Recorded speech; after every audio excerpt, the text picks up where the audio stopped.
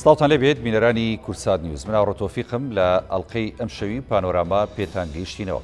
تەوەریەم شەومان بۆ قسە باسکردن لە پێناو یەکڕیزی لە پێناو خەڵکی کوردستاندا. دیارە هەمیشە لە ڕابردوودا کاتێک کە لایەنە سیاسیەکان لە هەرێمی کوردستان تەباو یەکڕیز بوون، ئەم تەباوی یەکڕیزیە لە پێناو خەڵکی کوردستان بووە، لە پێناو مافەکانی خەڵکی کوردستان بووە، لە پێناو پاراستنی دەستکەوتەکانی خەڵکی کوردستان بووە لە هەرێمی کوردستان و هەروەها لە پێناو بەدەستهێنانەوەی ئەو ناوچانە بوو کە لە ئێستادا بە ناوچەی کێشە لەسەر دائەنرێت لە هەرێمی کوردستانە و هەمیشە خەباتی هەرێمی کوردستان و سەرجەم لایەنە سیاسیەکان بە بێ جیاوازی لە کاتی کێشە و ململانەکانیشدا بەو ئاراستانە بووە کە خزمەتی کۆمەڵانی خەڵکی کوردستان بکرێت بە بێ جیاوازی بە بێ ناوچەگەرایەتی. لە ڕابردوو لایەنە سیاسیەکان بۆ ئەوەی کە یەکڕیزی و هەمانگی نێوان خۆیان پارێزن کۆمەڵێک کۆبوونەوە و کۆمەڵێک دیداریان بەڕێوە برد. بەڵام لە قۆناغی ئێستاشدا کە بەرەو قۆناغێکی هەستیارتر و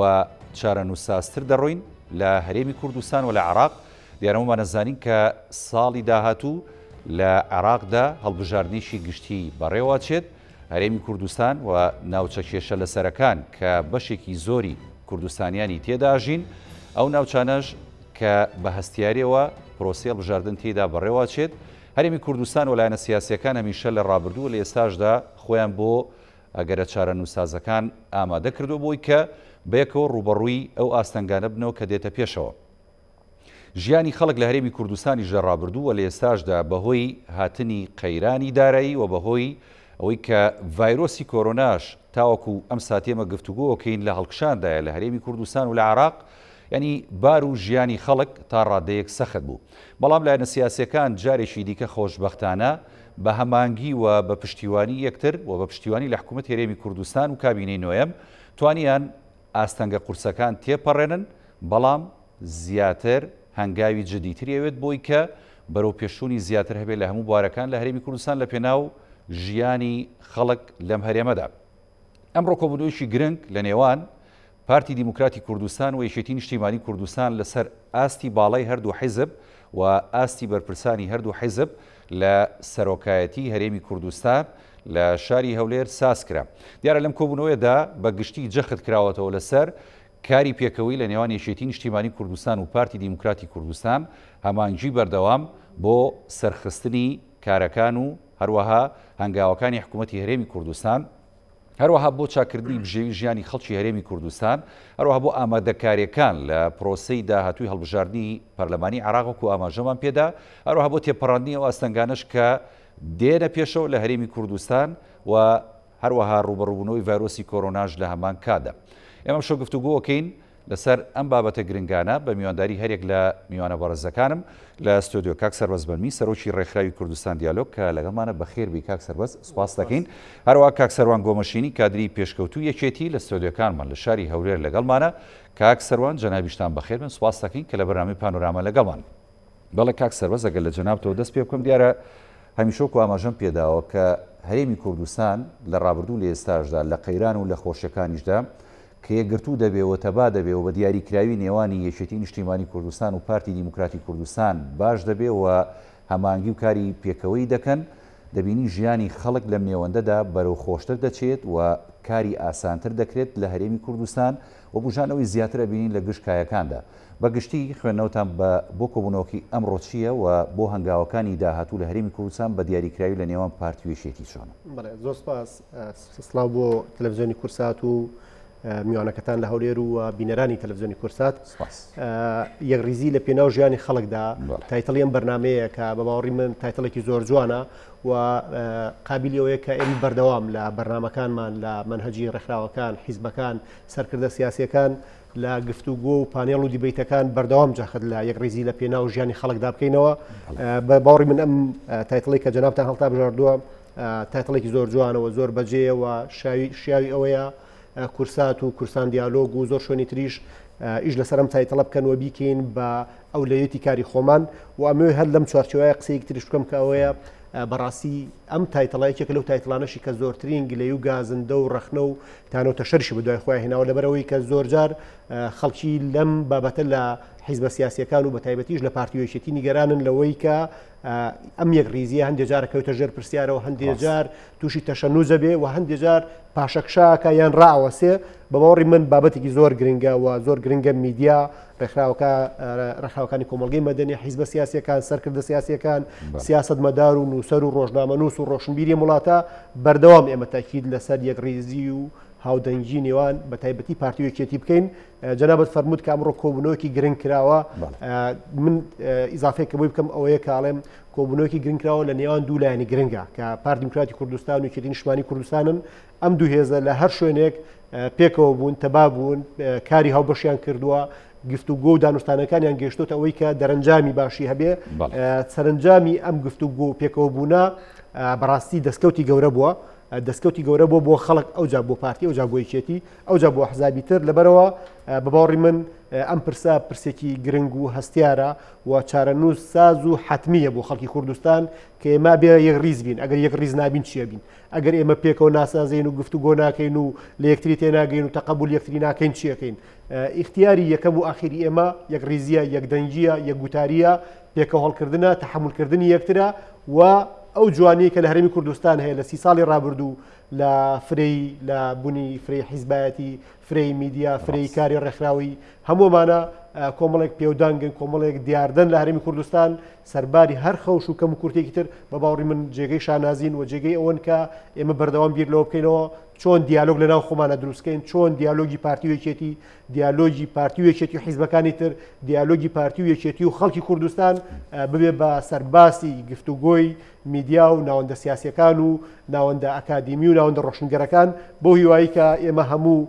خەڵکی کوردستان بەردەوام جەخلەوە بکەینەوە سەرباری جیاوازیەکانمان، سەرباری کێبڕشێ و ململانەکانمان، بەڵام پرسی یەکڕیزی، پرسی هێشتنەوەی سەقامگیری لە هەرێمی کوردستان پرسێکی گرنگ و حتمیە و مانەوەی هەرێمی کوردستان گەشەکردنی پێشکەوتنی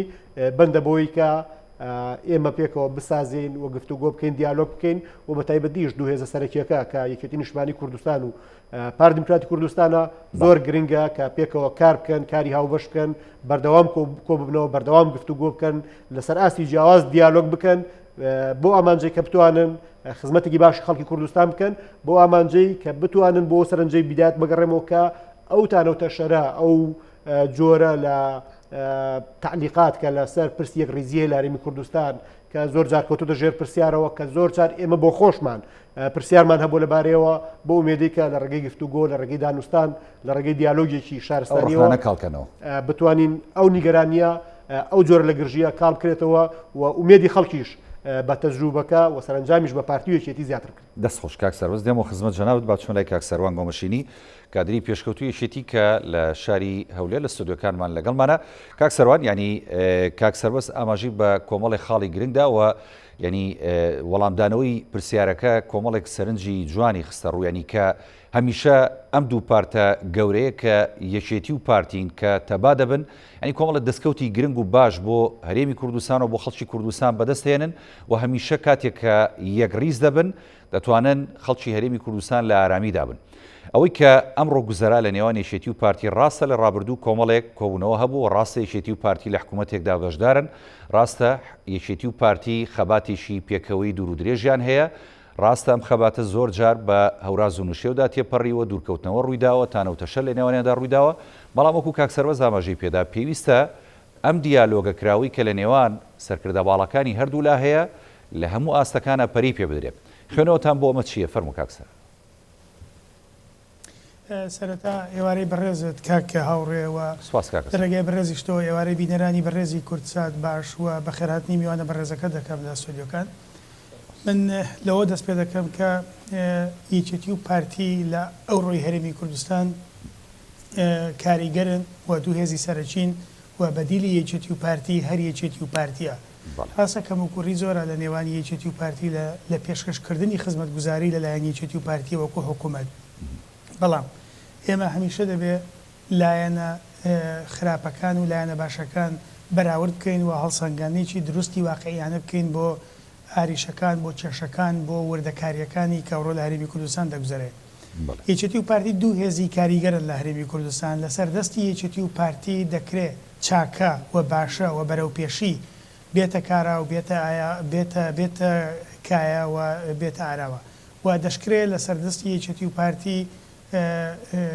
گرژی و ئاڵۆزی و کێشە و مەشاکل دروست ببێت.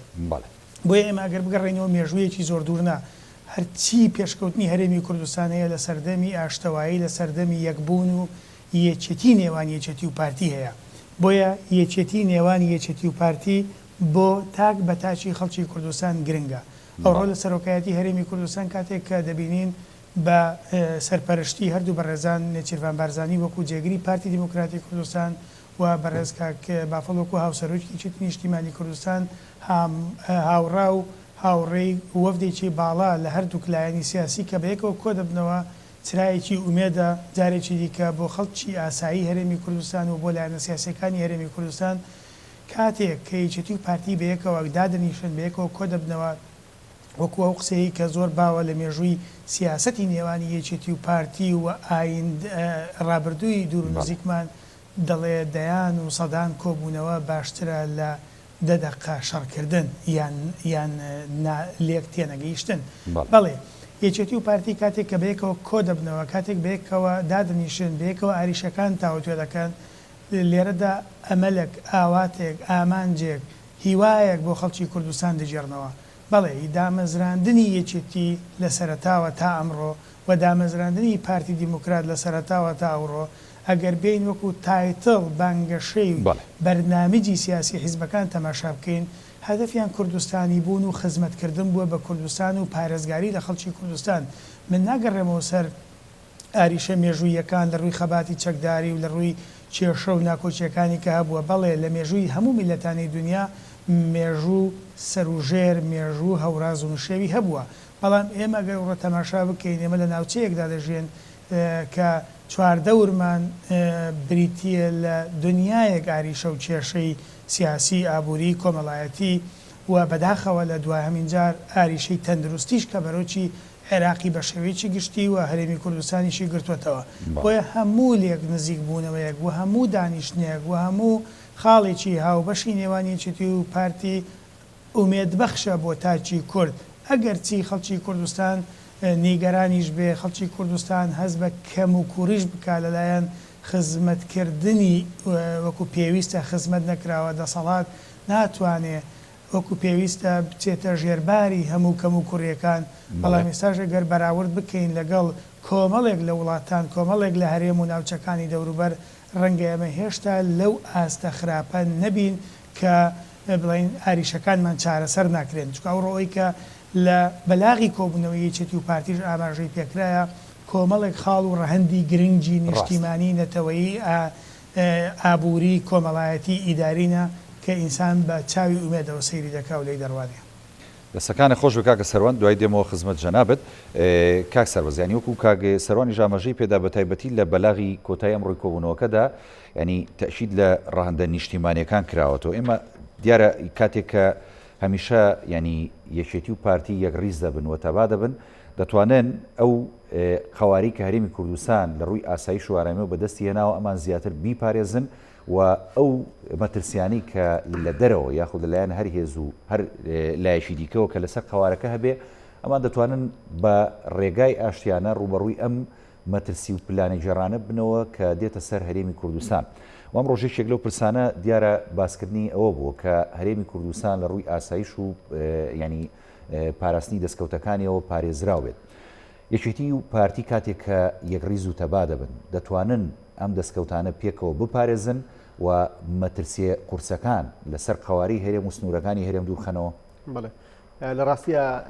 قسەکردنەوە لەسەر ڕەهەندە نیشتیمانیەکان ضرورەتی گفتوگۆی نێوان دوو هێزی گرنگی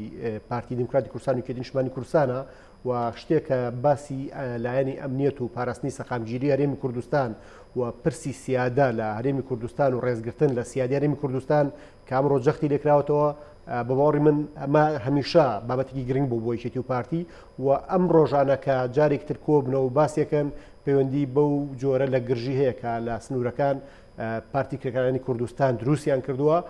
کە ئەمە جۆرێک لە نیگەرانی بۆ تەواوی خەڵکی هەرێمی کوردستان دروست کردووە و لەسەر شەقامی کوردی ئێستا لە ناوەندە میدیاکان لەسەر ئاستی خەڵک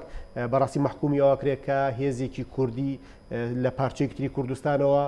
جۆرێک لە کێشە بۆ هەرێمی کوردستان دروستکە. هەڵبەت کاتێکم باس قسەیەکەین یعنی ئەمە نییە کە ئێمە دژی پارتیکرەکانی کوردستان بین،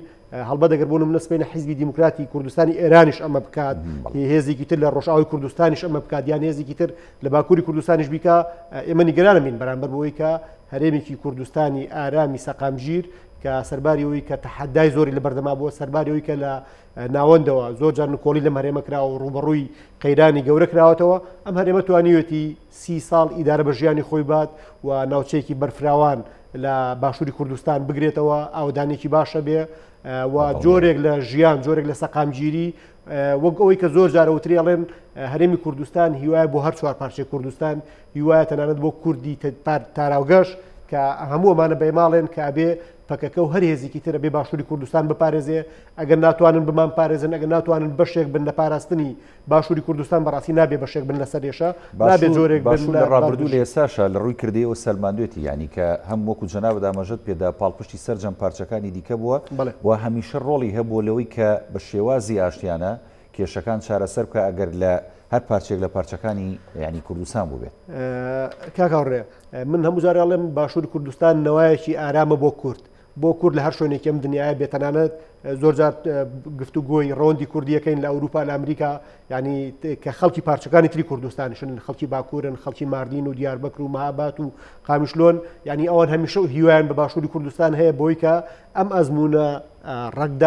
ڕەگ و ڕیشی زیاتردا بکتێ، سەقامگیریکی باشتری هەبێ، بتوانێت ناوچەکان مادەی 140 بگەڕێنەوە بۆ خۆی و ئەم ئەزمونە ببێ بە ئەزمونێکی سەقامگیریوی گەشە سندووکە لە سەرنجامە بتوانێت نمایندەی تەواوی تاکی کورد بکات لە هەر کوێ ئەم دنیاە بێ. لەبەرەوە بەڕاستی جێگەی خۆیەتی کە هەمومان نیگەران بین لەوەی کە پارتی کرێکەکانی کوردستانیان هەر هێزێکی تر گرژی دروست کات یان ببێ بە مەترسی بۆ سەر باشووری کوردستان و ئەوەی کە ئەمڕۆ بە باوەڕی من تەوەری سەرەکی گفتوگۆ بۆ لە نێوان پارتیۆشێتیا گفتوگۆکردنی ئەوە بووە کە ئەبێ هەموو هێزولایەنە سیاسیەکانی کوردستان هەماهەنگ بن لە پاراستنی باشووری کوردستان و بەڕاستی داوا لە پەکەکە و هەر هێزێکی تریش بکرێت کە هێزی کوردین کە ئێمە ئاواتەخوازین ئەوان لە پارچەکانی خۆیان بگەن بە مەرامی خۆیان و بتوانن بەشێک لە مافەکانی کورد ئەگەر نەتوان نەموش دەسەبەر بکەن فراهەم بکەن. بەڵام ئەوەی کە لە چەند ڕۆژی ڕابردوو من لەگەڵ بۆ نمونە بەشێک لە خەڵک، بەشێک لە نووسەران، بەشێک لە ڕۆژنامە نووسان بەری کەوتوم بەڕاستی نیگەرانێکی گەورە هەیە لە باشووری کوردستانەوە بەرامبەر بەڵام خۆی کارسەربەزانی پێ دوانیە ینی ڕوبەڕووبوونەوەی ئەم جۆرە کارە نەخوازراوانە گەر ڕوژ بدات پێویستی بە منطقی عەقڵ نییە و عەقلانیەت نییە کە ڕوبەڕووی بینەوە بۆ چکە بۆ نمونە هەر کارێکی ئەگەر هەڵەشانە لە هەرێمەوە ڕووبدا پێ دوانیە بەرەوە کارێکی خراپمانەوە بەدڵنیاییەوە. بەڵام ئەوەی کە ئێمە لە 30 ساڵی ڕابردوو بەری کەوتون هەرێمی کوردستان سیاسەتێکی میان ڕەوانەی سەردەمیانەی هەیە، تەنانەت نەبووە بە مەترسی بۆ سەر دەوڵەتی ئێران بوو، نەبوو بە مەترسی بۆ سەر دەوڵەتی سووریا، نەبوو بە مەترسی بۆ سەر دەوڵەتی تورکیا و لەگەڵ حیزبەکانی باکوور و ڕۆژئاوا و ڕۆژهەڵاتی کوردستان پەیوەندیەکی مەدەنیانەی کە بووە و ڕێگەی چالاکی سیاسی بەم بۆ هێزانەیەوە لە هەرێمی کوردستان هاوکاریان بووە، هاودەنگیان بووە، هاوڕایان بووە و پشتیوانیان بووە. ئێمە زەمانێک شاهێدی ئەوەین کە بۆ نمونە سەرۆک مەسعود بارزانی و سەرۆک تاڵەبانی لە هەوڵی چارەسەرکردنی پرسی کورد بوون لە باکووری کوردستان بە شێوازی ئاشتی و ماوەیەکی زۆر ڕێزدار نێچیروان بارزانی کە ئێستا سەرۆکی هەرێمی کوردستان و ئەو دەم سەرۆک وەزیرانی حکوومەتی هەرێمی کوردستان بوو، جوودێکی زۆر گەورەیە کە لەسەرەوەی کە پرسی کورد لە باکووری کوردستان باشتی چارەسەر بکرێت. بە باوەڕی من ئەم تێگەشتنی هەرێمی کوردستان سیاسەتێکی زۆر عاقڵمەندانەیە و هەتا ئێستاش ئەوەی کە شەڕی پەکەکە و هەرێمی کوردستان ڕووی نێوە بە باوەڕی من بەشێکی گەورەیە گەڕێتەوە بۆی کە دان بە خۆداگرتنێکی زۆر هەیە لەلایەن هەرێمی کوردستانەوە. ینی ئەم یەک ڕیزیەشی کە هەیە ئێمە لە پێناو ژیانی خەڵکاڵین ئاماژەی پێدەین خۆ ژیانی خەڵک ینی ئەوەیە تۆ لەوەچێ لە پارچەکانی دیکەش بگرێتەوە و هەرێمی کوردستانی ژانی گرێدراوی ئەو پارچانەی دیکەیە و ینی تۆ تا بۆ نمونە ئێمە پەیوەندی چۆنەڵی خزمایەتیمان لەگەڵ ڕۆژهەڵات هەیە، لەگەڵ ڕۆژئاوا هەیە، لەگەڵ باکوور هەیە، یاخود پەیوەندی و ئاڵوگۆڕی بازرگانی و ئابووریمان هەیە. دیارە ئەمانە ئەگەر بۆ نمونە یەکێتی و پارتی کە تەبابن لەمڕۆ بتوانن بە منطقی عەقڵ ڕوبەڕووی ئەم جۆرە ینی بۆ نمونە هەڵوێستانە بنەوە گەر دژیش بێت ئەتوان کێشەکان بە ئاراستەیەکی ئاشتیانە چارەسەر بێت. پێ دوانیە یعنی ئەمە وا بێت من بە تەواوی پشتیوانی قسەی جەنابتم لەوەی کە هەرێمی کوردستان ڕۆڵێکی ئیجابیانە و زۆر باشی هەیە. بنمونە ئێمە بۆ من لەسەری کە جەنابەت دەڵێ پەیوەندی کۆمەڵایەتیمان هەیە. ئێمە لە هەفتەی ڕابردوو وەکو ڕێکخراوی کوردستان دیالۆگ یادێکی ماڵئاوای من بۆ جەلالی مەلەکشا شاعیری نەتەوەی ئەنجامما کە یەکێکە لە شاعیرەکانی ڕۆژهەڵاتی کوردستان و شاری سنەی خۆشەویست هەرەمە دەربڕیەوەیە کە ئێمە لە باشووری کوردستان بەڕاستی ئێمانەوە پەیوەندیەکی زۆر مەدەنی و دۆستانە و کوردانەمان لەگەڵ ڕۆژهەڵات هەبێ لەگەڵ باکوور هەبێ لەگەڵ ڕۆژئاوای کوردستان هەبێ کاتێک ڕۆژئاوای کوردستان کەوتە بەردەم قەیرانێکی گەورە بە تایبەتی لە هاتنی تیرۆریستانی داعشا ئێمە بینیمان کە بۆ نمونە لە باشوورەوە کۆمەکی دارایی و مرۆی زۆر پێشکەشی ڕۆژئاوا کرا هێزی پێشمەرگەی کوردستان بە فرێڕەنجی چووە کۆبانێ و هاوکاری ڕۆژئاوای کوردستانی کرد و کاتی ئەرکەکەی تەواو بوو کۆبانەی بەجێهێشت و گەڕایەوە باشووری کوردستان هەموو ئەمانە و هەڵوێستەکانی تریش بەڕاستی دەربڕیەوەن کە باشووری کوردستان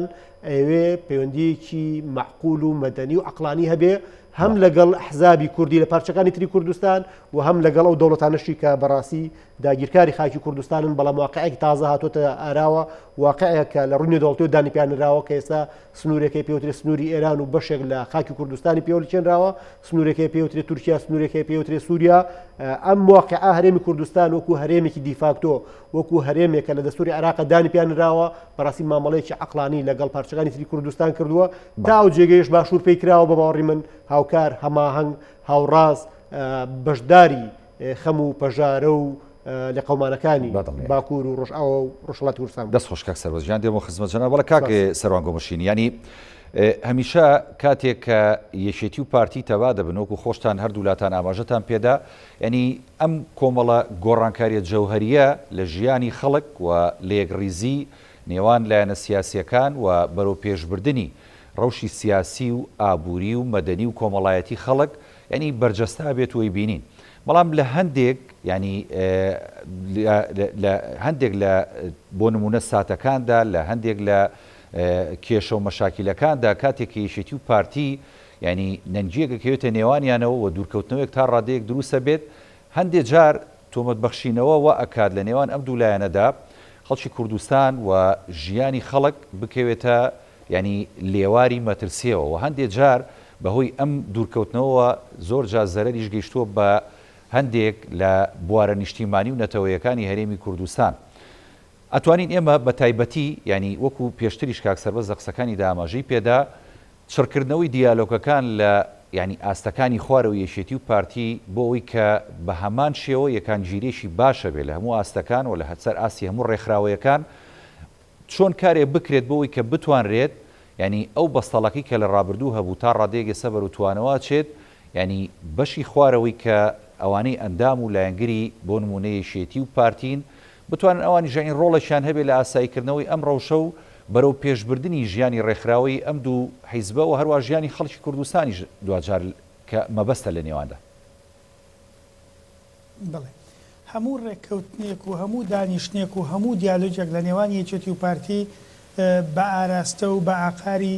بەرە و چارەسەرکردنی کێشەکان تۆماتیکیان دەبێتە ڕێگر لە بەردەم ئەوانەی کە ڕۆژێک لە ڕۆژان خەون بە دووبەرەچی کورد خەون بە گەڕانەوەمان بۆ سەردەمی ساڵانی پێش و سەردەمی شەڕ و ململانێ و جەنگی تەنانەت ئەگەر با بڵێم ڕاگەیاندنیش بێت چکە ئێمە دەبێت ئەوە بزانین کاتێک یەکێتی و پارتی لەسەر ئاستی باڵا لەسەر ئاستی سەرکردایەتی و مەکتەبی سیاسی و سەرۆک و هاوسەرۆکان کۆ دەبنەوە تۆماتیکیان ئێمە دەزانین ڕێگا لە خوارەوەی لایەنگران و ئەندامانی هەردوو حیزبەکە دەگیرێ بەوەی کە ئەوانەی کە لە فەیسبوک ئەوانەی لە تۆڕە کۆمەڵایەتەکان بەگشتی دەیانەوێ بازاری خۆیانی پێگەرم بکەن وەکو دەڵێ مێشێک بکەن بە گامێشێک لەولایە ڕێگری لەوانە دەکرێت لەو ڕا و بۆ چوونە تایبەتیە نادروستانەی کە بەداخەوە هەندێک جار ئەگەر سەیری پەڕەکانی و لاپەڕەکانی تۆڕە کۆمەڵایەتەکان دەکەی وا هەز دەکەی تر شەڕێکی واقعی لە ژیانی ڕۆژانەی مرۆڤ خەڵکی کوردستاندا ڕووی داوە بەڵام کاتێکیش کە تەماشای نەهج و بەرنامەی سیاسی حیزبەکان دەکەی لەسەر ئاستی فەرمی حیزبەکان کارێکی لەو شێوەیە ڕووی نەداوە بۆیە هەموو دیالۆگ و لە یەکتر تێگەیشتن و نزیک بوونەوە و هەموو بەلاغێکی هاوبەشی نێوانی یەکێتی و پارتی دەبێتە ڕێگر لە بەردەم ئەوانەی کە خەون بە دووبەرەچی و ناڕێکی و ناتەبایی دەبینن بیرشمان دەچێت زۆر جار لە کادیرانی خواری خوارەوە لەگەڵ حرمەتم بۆ هەموو کادیرەکانی یەکێتی و پارتی لە هەر ئاست و پۆست و پلەیەک دابن، بەڵام زۆر جار پشێوی نێوان یەکێتی و پارتی دەکەنە کاڵایەک و ئامرازێک بۆ خۆ دەرخستن و خۆسەرخستن و خۆ بەبیرهێنانەوە بۆ مەرامێکی تایبەتی خۆیان. ئەجینا من پێم وایە هەموو فەردێک و هەموو هاوڵاتیەک و هەموو تاکێکی کورد لە هەرێمی کوردستان چ بەوانەی کە لە ناو هەرێمی کوردستاندا دەژین ڕۆژانە لەگەڵ خۆشی و ناخۆشی و معانات و کێشە و ئاریشەکانی ئەو ڕۆی ژیانی سەردەمیانە دەژین بە هەموو خۆشی و ناخۆشیەکانەوە بە هەردوو دیوە نەگەتیڤ و پۆزیتیڤەکەیەوە قەت ڕۆژێک لە ڕۆژان خەون بەوە نابینن یەکێتی و پارتی نێوانیان ناخۆش و گرژ بێ. چکە وەک لە سەرەتا باسم کرد بەدیلی یەکێتی و پارتی بۆ ئەوڕۆ هەر یەکێتی و پارتیە. ئێستا ئەگەر بین ئێمە تەماشای بەلاغی کۆبوونەوەی هاوبەشی نێوانی یەکێتی و پارتی بکەین ئەوڕۆ کە لە سەرۆکایەتی هەرێمی کوردستان ئەنجام درراوە دوو ڕاستی یا دوو پەیامی زۆر ئاشکرامان پێدەگەێنن. یەکیشیان ئەوەیە کە سەرۆکایەتی هەرێمی کوردستان وەکو دەستگایەکی باڵای شەرعی لە هەرێمی کوردستان دەبێتە چەتری کۆکەرەوەی ئارایی حیزبەکان کە ئێستا شکۆر ئەوڕۆ پارتێکی دیکە کە خاوەنی نفوذ و کورسیە لە پەرلەمان ئەمیش بەشدارە کە بزوتنەوەی گۆڕانە لە هەرێمی کوردستان لە ئەنجومەنی وەزیران لە سەرۆکایەتی هەرێم لە پەرلەمان. بۆیە هەماهەنگی نێوان پارتە سیاسیەکان وا دەکات جارێکی دیکە جۆرێک لە متمانە جۆرێک لە ئۆقرەیی بجێڕدرێتەوە بۆ هەرێمی کوردستان. بیریشمان نەچێ سەردەمی لێک تێگەیشتنە، سەردەمی دیالۆگە، سەردەمی ئاریشە حەلکردن و چارەسەرکردنە ئێمە بەراورد بکەین بە هەڵبژاردننی هەفتەی ئێستای کە تێدانیا چەند ڕۆژ لەمە پێشی ئەمریکا و دەرچوونی جۆ بایدن و لە دەستدانی پۆستی سەرۆکایەتی لەلایەن ترامپەوە پەیامێک بوو بۆ کۆمەلگای گشتی و بۆ مرۆڤایەتی کە ئیتر دەبێت ئەو کەسانە بگرە و ببەرنەوە کە باوەڕیان بە دیالۆگە، باوەڕیان بە ڕێگا چارەی ئاشتیە، باوەڕیان بە لێک تێگەیشتن و تەفاهومە. بۆیە ئەگەر لەسەر ئاستی وڵاتانی پێشکەوتووی دنیا و لەسەر ئاستی ویلایەتە یەکگرتووەکانی ئەمریکا ئێمە ئەوە ڕازبی بۆ هەرێمی کوردستانیش وەکو بەشێکی ئەگەر چی بچووکی بە لە کۆمەلگای مرۆڤایەتی کورد پێویستی بەو دیالۆگەیە لەبەرەوەی مێژووی کورد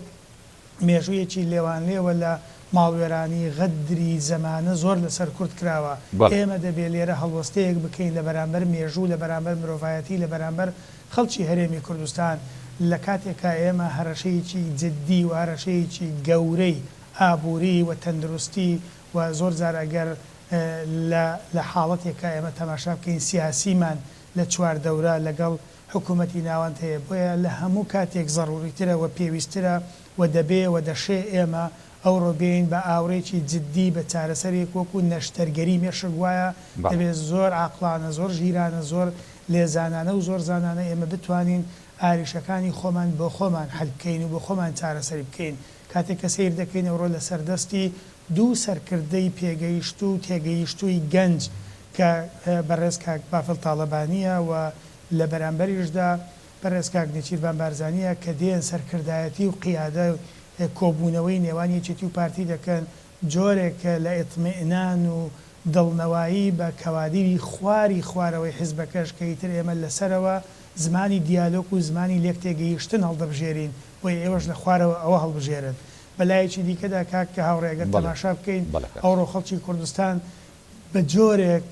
تامەزرۆی ئاشتی و ئازادی و ئاوەدانی و ژیان و بژێوی ڕۆژانەیەتی ئێمە گەر تەماشا بکەین لە سەردەمی ڤایرۆسی کۆرۆنا و پەککەوتنی بازاڕ و نەبوونی کار و نەبوونی موچە و دواکەوتنی موچە و لێبڕینی موچە و کەمکردنەوەی موچە خەڵک بەڕاستی ناتوانێت ئەو جۆرە حەماسەت و ئەو جۆرە پاڵنەر و هاندەر و دافعی نییە کە وەکو ساڵانی سەرەتای ڕاپەڕین بێ بە جۆرێک دیفاع لە یەکێتی و لە پارتی بکە. بۆیە بۆ خودی یەکێتی و پارتی، بۆ ئەندام و کەوادری یەکێتی و پارتی، بۆ هێشتنەوەی پێگە و مەکانی یەکێتی و پارتی پێویستە ڕێگای دیالۆگ و چارەسەری هەڵبژێرن. واتە ئەوەی کە دەمانگەێنتە کەناری ئارام، ئەوەی کە دەمانگەێنتە دەرەنجامی باش، ئەوەی کە دەمانگەێنتە مانەوە و سەرخستن و سەرکەوتنی پرۆسەی سیاسی بە حکوومەت و بە پەرلەمان و بە حیزبی سیاسیشەوە ئەوڕۆ تەنها و تەنها ڕێگای دیالۆگ و لێک تێگەیشتنە. بۆیە هەموو کێشە و عریشەکانمان لە سەلەی کۆبوونەوە و دانوستاندن و لێک تێگەیشتن و لێک حاڵی بوون کۆ دەکەینەوە چکە دوجار ئەگەر یەکێتی و پارتی وەکو دوو هێزی سەرەکی دوجار هەموو هێزەکانی بەشداربوو لە حکوومەتی هەرێم اینجا بازنەکە فراوانتر بکەین هەموو ئەو هێزانەی کە لە کوردستان پارت و لایەنی سیاسی کۆمەڵایەتی دینی و ئاینین دەبێ بەیەکەوە بەشدار بن لە سەرکەوتنی پرۆسەی سیاسی و بەرەو پێشچوونی پرۆسەی سیاسی و سەرخستنمان لەو قۆناغە ناسک و دژوار و خەتەرناکەی کە ئەوڕۆی تێداین وە بە هەموو پێوەرێک ئەگەر تەماشا بکەین ئەوڕۆی کۆبوونەوەی یەکێتی و پارتی و بەلاغی کۆتایی کۆبوونەوەی یەکێتی و پارتی و بەردەوامبوونی کۆبوونەوەی یەکێتی و پارتی جۆرێکە لە ضرورەتی هەنووکەیی و سەردەمیانە و پێویستیەکی تاک بە تاچی خەڵکی کوردستان تا ڕادێکی ژیانی ئارام بەخشیە بەڕاستی بۆ خەڵک و بۆ سەرجەملایەن و پارتەکانی دیکەش لە هەرێمی کوردستان بەدڵنیاییەوە چکە کاتێکە تاچی کورد بیر دەکاتەوە ئەم خۆی کۆمەڵێک ئاریشەی هەیە کۆمەڵێک کێشەی هەیە بەدەست نەبوونیەوە بەدەست شەڕی دەرونیەوە بەدەست کێشەی تەندروستیەوە بەدەست واق کەوتینە ناو وەرزی سەرما و سۆڵە بەدەست نەبوونی نەوت و گەرمکەرەوە بەدەست دەیان کێشە ئەم ناتوانێت جارێکی کە بەرگەی کێشەی گەورە بگرێت کە ئەو کێشە گەورەیە کە لە نێوانی یەکێتی و پارتی ئەگەر خوانەخواسە دروست ببێ یا تەشەنە بکە یا زیاتر بێ ئەو لێکتێنەگەیشتن و ئەو کۆنەبوونەوە و ئەو یەکتری نەبینین و یەکتری نەدواندن و یەکترین باڵێم دانوستان نەکردن لەگەڵ یەکتری دەبێتە هۆکاری کێشەی زیاتری تاچێکی کورد و هەست نەکردنی بە ئارامی دەرونی ئارامی لە هەموو بارەکانی دیکەی ژیانیدا. دەست خۆش کاک سەروانجیان سوپاس دەکەم دێم و خزمەتجانات بەڵێ کاگێ سەربەزیانی هەمیشە ینی هەمومان نەزانین کە هاوڵاتی و خەڵک داینەمۆی ئەم حیزبانن بە حەقەت ینی خەڵکەکە بۆ نمونە پاڵپشتیەکە لە ڕێکخراو لە حیزب لە یەکێتی لە پارتی و دوجار ینی یەکێتی و پارتیش کە لە دەسەڵاتدان و کە هاوبەشن لە حکوومەت و سەرجەمە و لایەنانی دیکەش کە بەشدارن لەگەڵانە لە حکوومەت دەبێ لە پێناو داوا و مافەکانی خەڵکدا ینی ئەو قەیرانانی کە دێتە پێشەوە ڕوبەڕووی بنەوە بە کۆدەنگی و یەکریزی خاڵێکەوەی کە ئەم ڕۆک و کاک سەروان و جەنابیش ئاماژەت پێدا لە بەلاغی کۆتایی یاخود ڕاگەندراوی کۆبوونەوەکەی هەردوو لایەن ئاماژەی پێدراوە ینی ژیان و بژێوی و ئابووری خەڵکە یەکێتی و پارتی و لە نێویاندا کە ئەمان بەشدارن لە حکوومەت هەرێمی کوردستان چۆن نەتوانن ینی بەڕاستی بەم تەبایی نێوانیان ڕاستە قەیرانەکە قورسە لە هەرێمی کوردستان قەیرانی داراییە ڤایرۆسی کۆرۆنایە بەڵام ئاخۆ بەم تەبایی نێوانیان نەتوان ڕوبەڕووی و ئاستەنگە قورسانە بنەوە ژیانی خەڵک تا ڕادەیەک بەرەو ئاسانتر و خۆشتر بەرن. بەڵێ وڵا دەستپێگەمەوە قسەی لەسەرەوە بکەم تێیدی تەواوی قسەکانی کاک سەروانەکەم لەوەی کە پێویستە یەکێتی و پارتی بە نەفەسێکی تر هەوڵ بن بۆ چارەسەرکردنی ژیانی خەڵک تاوەی کە ژیانی ڕێکخراوەیی پارتی و یەکێتی بەردەوام بێ و بتوان گەشە بکەن و ئەو متمانەی کە لە هەڵبژارنەکانە بەدەستیان هێناوە بیپارێزن و بتوان بەرەو پێشی ببن. شتێکە لە بەلاغی کۆتایی کۆبوونەوەکەی ئەمڕۆیە گرنگ بوو من هەستم کە کۆبوونەوەکی چڕۆپڕ بووە کۆبوونەوەکی چەند کاتژمێری بووە و ئەو خاڵ و نوقاتانی کە لەسەری وەستاون کۆمەڵێک خاڵ و نوقات بووە فرەباس و فرەتەوەر و فرە ڕەهەند بووە و هەرەوەی کە جەنابش پرسیاری پێشباس کرد ڕەهەندە نیشتیمانیەکان ینی کۆمەڵی ڕەهەندی نیشتیمانی گرنگی لە خۆ گرتووە لەوەی کە پرسی سەروەری و سیادی هەرێمی کوردستان پرسی هێشتنەوەی سەقامگیری لە ناو هەرێمی کوردستانە و پرسی باشترکردنی ژیانی خەڵک تەوەرێکی تر کە بۆ من جێگەی سەرنج ڕاکێش بوو کە ئەم ڕۆقسەیان لەسەر کرد بوو پرسی لامەرکزێتی ئیداری و شۆڕکردنەوەی دەسەڵاتەکانە لەم بابەتەیە کە بەڕاستی ماوەکانی ڕابردوو من زۆر جار لە هەندێک لە میدیاکانەوە بینی کە ئەم بابەتە بەلا ڕێابراوە زۆر جار بۆ مزایەداتی کەسی و حیزبی و شخصی بەکارەهێنرا زۆر گرنگە کە پارتی و یەکێتی ئەو شتانەی کە هەندێک جار خەڵکانێک بەلا ڕێابن مزایەدەی سیاسی پێکەن یان بازار گەرمی بۆ خۆیان پێکەن بەڕاستی یەکێتی و پارتی حیزبە سیاسیەکان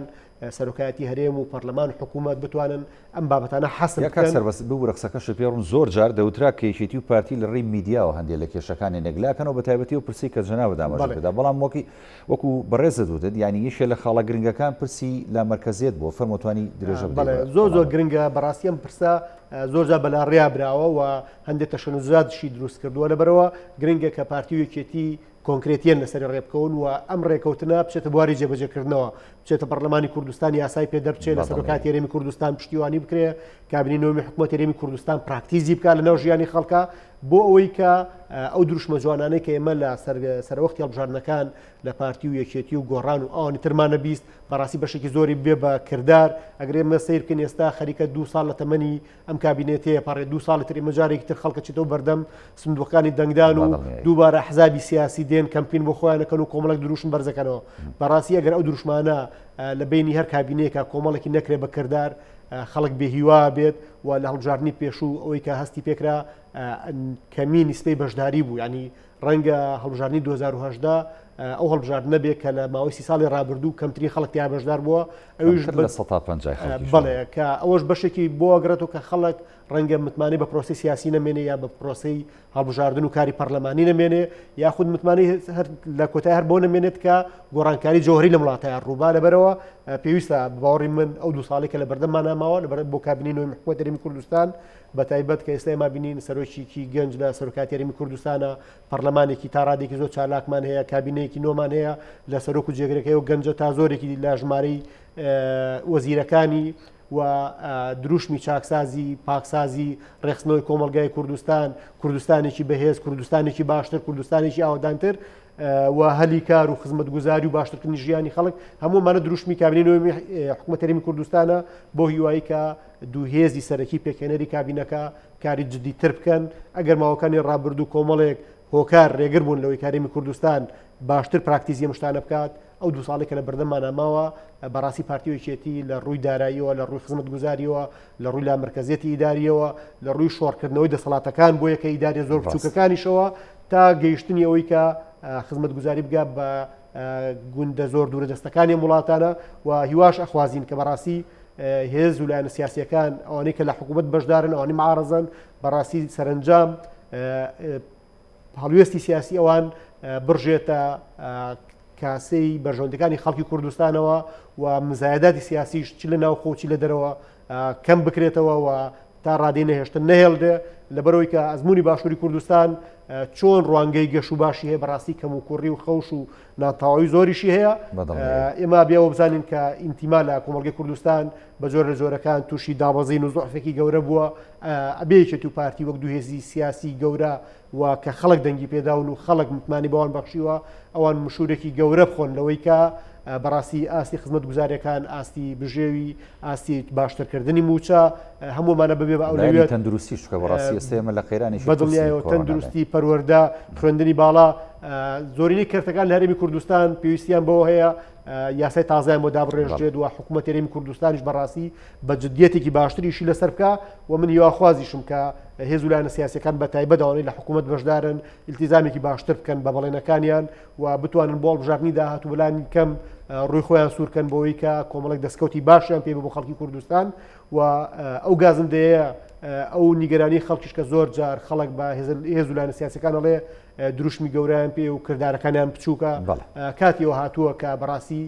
پارتی و یەکێتی و ئەحزابی بەشدار لە کابینەوەی حکوومەت هەرێمی کوردستان شتی گەورە پێشکەشی خەڵکی کوردستان بکەن وەک لە ڕابردوو کە پێشکەشیان کردووە بە تایبەتی لە هێشتنەوەی قەوارەکە لە بەرداوامیدان بە قەوارەکەیە و لە پاراستنی قەوارەکەیە ئەمە دەستکەوتێکی گەورەیە بۆ پارتی و یەکێتی بە ئیمتیاز پاشان بۆ هێزەکانی تر بەڵام بەڕاستی خەڵکی کوردستان گەنجانی وڵاتە موچەخۆرانی وڵاتە چاویان لە شتی باشتر و گەورەترە یەک نوقتە کە زۆر گرنگ و ئەمێ بەردەوام جەختی لێ بکەمە ئەوەیە بەڕاستی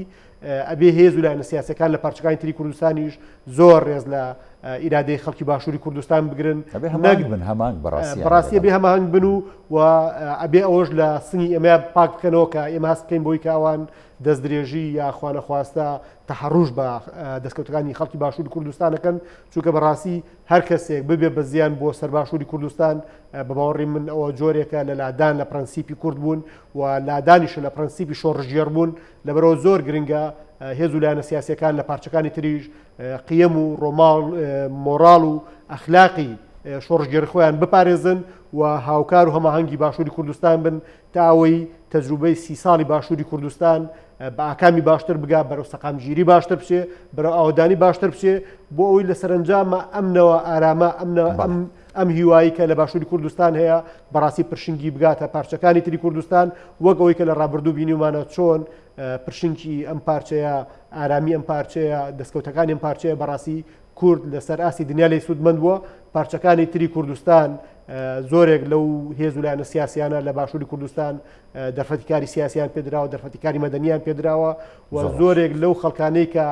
لە ژێردەستی دیکتاتۆرێتی ئێران و تورکیا و کوێتر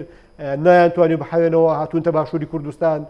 مۆڵەتی مانەوەیان پێدراوە دەرفەتی ژیانیان پێدراوە دەرفەتی کاریان پێدراوە و لە سەقامگیری و ئارامی باشووری کوردستان بەهرەمەند بوون بۆ هیواین کە ڕێکەوتنی یەکێتی و پارتی کۆبوونەوە بەرداوامەکانیان تێگەیشتنی هاوبەشی ئەم دوو هێز و لایەنە سیاسیە ببێتەوەی کە باشووری کوردستان دەستکەوتی باشتری هەبێ و ژیانی خەڵک لە باشووری کوردستان ئەوەندە باش بێت هەموو کەسێکیشی تا بێت جێگەی هەموو کەسێکی تا بێتەوە ئومێد زۆرە من هەمیشە لایەنگیری ئەوە و تەوژمە بووم کە ئومێدی بۆ هەیە کە باشووری کوردستان بەرەو باشتر بچێ و پشتیوانی بکەین و هەماهەنگ بین لەوەی کە باشووری کوردستان هەنگاوی باشتر ببڕێ بە پێچەوانەی ئەو تەوژمەی کە بەڕاستی تەوژمێکی شێ لە کوردستان کە بەردەوام کاربووەوە کە بێهیوا بین و لە سەروەری و پیرۆزەکانی خەڵکی کوردستانەیە بەڵام دوجا زۆرینە لەگەڵ ئەوەیە کە ینی بەڕاستی ئەم هەرێمەوەکو جەناب تەڵی هەم دەستکەوتەکانی پارێزراو بێ هەم ینی زیاتر گەشەی پێ بدەین و بچینە پێشەوە لە هەموو ناوەندە نێودەوڵەتەکانە سوپاس دەکەم دێمە خزمەت جەنابەت بۆ ینی دواوتەی بەڕێزت کاگێ سەروانگۆمەشین ینی ئێمە دیارە کە باز لە یەکڕیزیەکەین لە پێناو ژیانی خەڵک لە هەرێمی کوردستان ئێمە بەشێکیشمان هەیە کە ئەویش ناوچە کێشە لەسەر و ناوچە دابڕاوەکانی پێوترێ ینی بەشێکی خەڵکی کوردستانی ژە و ناوچاناژین ئەمڕۆ ینی یەکێک لە باسەکانی دیکەی نێوان پارتی و یەکێتی ینی تەوەری هەم هەڵبژاردن هەم ناوچە کێشە لەسەرەکان بووە کە بە شێوەیەکی عەقڵانی و مەنتیقیانە ینی ئەم کێشانە چارەسەر بکرێ و مادەی ١40 ینی جێبەجێ بکرێت ئەتوانین یەکێتی و پارتی بە یەکڕیزی چی لە بەغدا داوا بکەن بە تایبەتی بۆ مادەی ١40 و ناوچە کێشە لەسەرەکان بەڵێ کاکە هاوڕێ هەموو کاتێک بە یەکڕیزی و بە یەکدەنگی بە پەیامی مشتەرەک بە پەیامی موحەد ئێمە توانیتمان بەشی هەرە زۆری دەستکەوتەکانمان بەدەست بێنین ناڵێم هەموو دەستکەوتەکان یان هەموو داواکاریەکان بەڵام ئەگەربەی بەراوردێک بکەین لە بینی ڕێژەی زیاترین یا کەمترین ئێمە هەمیشە توانیمانە بە یەکڕیزی زۆرترین داواکاریەکانی خۆمان یان زۆرترین دەستکەوتەکانی خۆمان بپچڕێنین بەڕای من لەسەر مەسەلەی ناوچێ کێشە لەسەر کوردستانیەکان ئێمە خەڵکی کوردستان بەگشتی و خەڵکی عێراقیش لاریمان لەسەر ئەوە نییە کە ناوچەکانی کێشە لەسەر ناوچەی بە جوگرافی کوردستانن و بە خەڵک و دانیشتوانی کوردین و بەڕەچەڵک کوردین و لە مرافعە مێژوویەکەی ڕەوانشاد جەنابی مام جەلال لە سەردەمی مەجلیسی حکوم کە بەرزی کردەوە و ئیعلانی کرد و ڕایگەیاند کە ئەوەتە نەخشەی ساڵانێک لەمەوبەر کە لە عوسبەت الئومەم و لە بە ئیعترافی دەوڵەتانی زەلهێزی دنیا ئەوە کەرکووک و ئەوە شەنگاڵ و ئەوە ناوچە کێشە لەسەرەکانی کە ئێستا و ڕۆ بە ناوچەکانی دەرەوەی هەرێمیە کێشە لەسەرەکان ئەشمار دەکرێن بەڵام لە ڕاستیدا و لە ڕەچەڵەکدا ئەوانە کوردن هیچ کاتێک کێشەی خەڵکی کوردستان لەگەڵ حکوومەتی ناوەندی لەسەر مەسلەی پول و پارە و لەسەر مەسلەی ئیدارەدان و لەسەر مەسلەی لەو بابەتانە نەبووە تەنها و تەنها کێشەکانمان لەسەر ناسنامەی نیشتیمانی بووە لەسەر ناسنامەی وەتەنی بووە لەسەر کارە پەیوەستدارەکان بووە بە ڕاهەندە نیشتیمانیەکان لەسەر تاچی کورد بووە لەسەر جوگرافیای کورد بووە بۆیە هەمیشە ئەگەر کەرکووک وەکو عینە وەکو نمونە وەربگرین کەرکووک هەمیشە بۆتە خاڵی ململانیەکانمان خاڵی لێک نەگەیشتن و تێک نەگەیشتن و بە یەک نەگەیشتنمان بۆیە حکوومەتی هەرێمی کوردستان و یەکێتی و پارتی کە دوو پێکاتی سەرچین لە حکوومەتی هەرێمی کوردستان ئەوڕۆ لە کۆبوونەوەکەیان هەروەکو لە بەلاغی کۆتایی کۆبوونەوەکەشیان ئاماژەیان پێکردووە کە بەڵێ ئەمان لەگەڵ پێشوەختە هەڵبژاردننی عێراقن و پاڵپشتی و پشتیوانیش لە هەڵبژاردننی پێشوەختەی عێراقی دەکەن بەڵام بە مەرجێک کە دەبێت لێرەدا بەرژەوەندی عێراقی و خەڵکی کوردستانیش لە چوارچێوەی عێراق و بەرژەوەندی تاچی عێراقی و کوردیش تێدا پارێزرا و بێ بە شێوازی هەڵبژاردن بە بەشداریکردن لە هەڵبژاردن ئەوە خۆی لەخۆیدا ڕێساوی یاسایەکی بیرکاری یا ڕاضیاتی عملیەکی حیسابیە بۆیە لێرە ئەمە بین باسی بەلاغی کۆبوونەوە یەکێتی و پارتی بکەین دوورکەوینەوە لە ناوچە کێشە لەسەرەکان وەکۆی کە پرسیارەی جەنابەت کردێت من پێم وایە هەندێک شتێ دەبێ بوێرانە و دلێرانە ئێمە پەنجە بخەینە سەر برینەکان ئەویش ئەوەیە بە کۆچکردن و کۆچباربوونی ڕەوانشاد جەنابی ئیمام جەلال لای هەمووان ئاشکرایە کە فەراغێکی گەورەی ئیداری سیاسی تەنانەت وەکو دەڵێ پشتیوانی بۆ حکوومەتی کوردستان و ناوچە کوردستانیەکان دروست بوو کە ئەو سەردەم بە ڕێزیان سەرۆک کۆمار بوون. بۆیە من وەکو کادیرێکی یەکیتی من وەکو فەردێک لە هەرێمی کوردستان وەکو هاوڵاتیەک من پێم وایە دەبێت لێرەدا ئەو بۆشایی ئەگەر دروستیش بوو بێ ئەو فەراغی ئەگەر دروستیش بێ دەبێت جەنابی کاک مەسعود وەکو سەرۆکی پارتی جوامێرانە بێتە مەیدان و ئەو شوێنە ئەو فەراغی کە دروستیش بووە لە ئەنجامی کۆچباربوونی جەنابی ئیمام جەلال دەبێت ئەو مەسئولانەتر شانی بداتە بەر ئەو بۆشایی و فەراغش پڕ بکاتەوە وەکو سەرکردەیەکی تەنهای پارتی دیموکراتی کوردستان ڕەفتار نەکا بە ڕێزیان پێویستە وەکو سەرکردەیەکی کوردی بە ئەزمون ڕەفتار بکە شوێنی ئیمام جەلالیش پڕ بکاتەوە. ئەوە یەک دوو دەبێت پارتی دیموکراتی کوردستان ڕێز لە کۆنگرە یەکێتی و ئیرادەی دەنگدەرانی کۆنگرە بگرێ ئەمری واقعە کۆنگرەی تازە دەرچوانی ئەندامانی مەکتەبی سیاسی و سەرکردایەتی تازەیەتی دەبێت معاملەی دروستیان لەگەڵ بکرێ هاوسەرۆکان دەبێت معاملەی دروستیان لەگەڵ بکرێ نابێت لایەک تەریک بکرێ و لایەک شەریک بکرێ ئەمە ناکرێتە چوارچێوەی سیاسەتی تەندروست لە هەرێمی کوردستان. لە لایەکی دیکەدا دەبێ بەرپرسانی باڵای یەکێتی و نیشتیمانی کوردستان و پارتی دیموکراتی کوردستان هێندەی بکرێ بۆیان ڕێگە نەدەن بە کادیرانی خوارەوەی خۆیان. کاک سەرۆنجان زۆر باشە من کاتم کەم ماوە ئەمێ لە ماوەی یەخولەکە دوا سەرنج و دوا پەیامی خۆت لەم بارەوە بگەینی بەڵام ئەگەر قسەکانت شڕکەیتەوە سوپاس دەکەم فەرموو.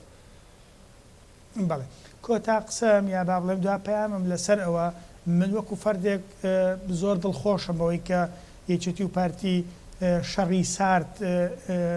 بەجێ دێڵن دێن بە ڕسمی و بە بەردەوامی و لەگەڵ یەکتری و ڕوبەڕوو لەسەر ئاستی باڵا و بەرز کۆ دەبنەوە. هیوادارم کۆبوونەوەکانی ئایندە لە ئاستی هاوسەرۆکان و سەرۆکی پارتی دیموکراتی کوردستان ببینین خەڵکی کوردستان بەوە زیاتر دڵخۆش و دڵخۆشتر دەبێ و کاتێک ئێمە دەین کێشەکانمان و ئاریشەکانمان چەند هەبن بەڵام هەست بە تەبایی نێوان یەکێتی و پارتی بکەین وەکو دوو هێزی کاریگەر و بەشدار و بڕبڕی پشت و عمودی فەقەری یەکێتی و پارتی لە ناو حکوومەتی هەرێمی کوردستان خەڵکی کوردستان سەرەڕای کێشە زۆرەکانی بەڵام پێی دڵشاد و دڵخۆش دەبێت. لە دوا هەمین شتیش ئێمە دەبێت وەکو یەکێتی وەکو پارتی دەبێت لە شوێنی پلانمان هەبێ لە شوێنی شەڕی ئەعلامی دەبێت خزمەت گوزاری خەڵکی کوردستان بین دەبێت لە بیرمان بێ ساڵی 2022 هەڵبژاردنمان لە پێشە زۆرترین دەنگدەر ئاشت بکەینەوە ئەوەشی کە لە 2010 دەنگی پێنەدا بێتەوە سەر سندوقی دەنگدان و جارێکی دەنگداتەوە بە حکوومەتی هەرێمی کوردستان. سوپاس دەکەم کاک سەروان گۆمەشینی بەڵێ کاگە سەربەزمەنوی ئەتوانی جەنابی شت دوا پەیامی خۆت بگەین. سپاس وەڵاوەی کە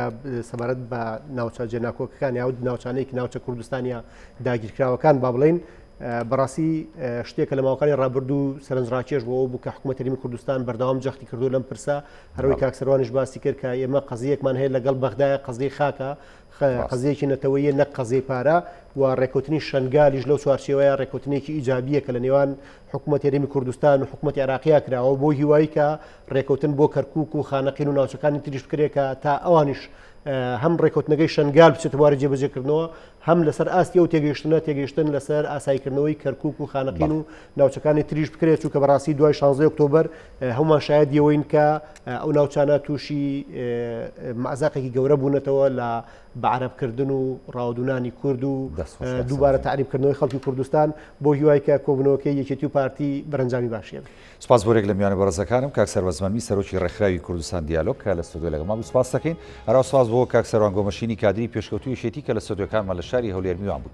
بەڵێ ئەڵقەیەم شەوی پانۆراماتان پێشکەشکرا هەمیشە ساغ و تەندروست باشن خواتان لەگەڵ.